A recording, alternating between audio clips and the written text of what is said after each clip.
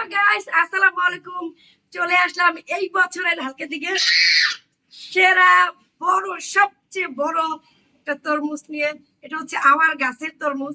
আসলে এটা একটা মিথ্যে কথা, এত বড় তরমুজ আমার গাছে ধরে নাই। তো আমি আজকে দেখাবো আমার হাতের তরমুজ কালার কিরকম হয়, ঠিক আছে? আপনাদের দেখলেই খেতে মন চাইবে। তো আমি হচ্ছে কি দেখিয়ে দিব, এদিকে এদিকে জানো, আমি কি দেখাবো আমার তরমুজের কালার কিরকম হতে পারে।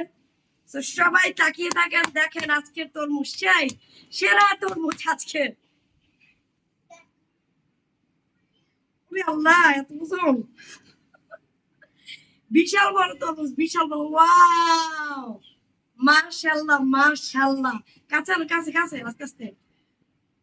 বিশাল বড় তরমুজ, তার উপরে লাল টুকটুকে কালার, তাই না? হালকা দিকে এত বড় তরমুজ জানি না আপনাদের কারো গাছে ধরছে কিনা। তো আমার গাছের এত বড় তরমুজ, এবং কালারটা, জাস্ট কালারটা দেখেন, একদম পুরো ফিদা হয়ে যায়। আর খেতে যে এত মজা হবে, জাস্ট এটা কালার দেখেই কিন্তু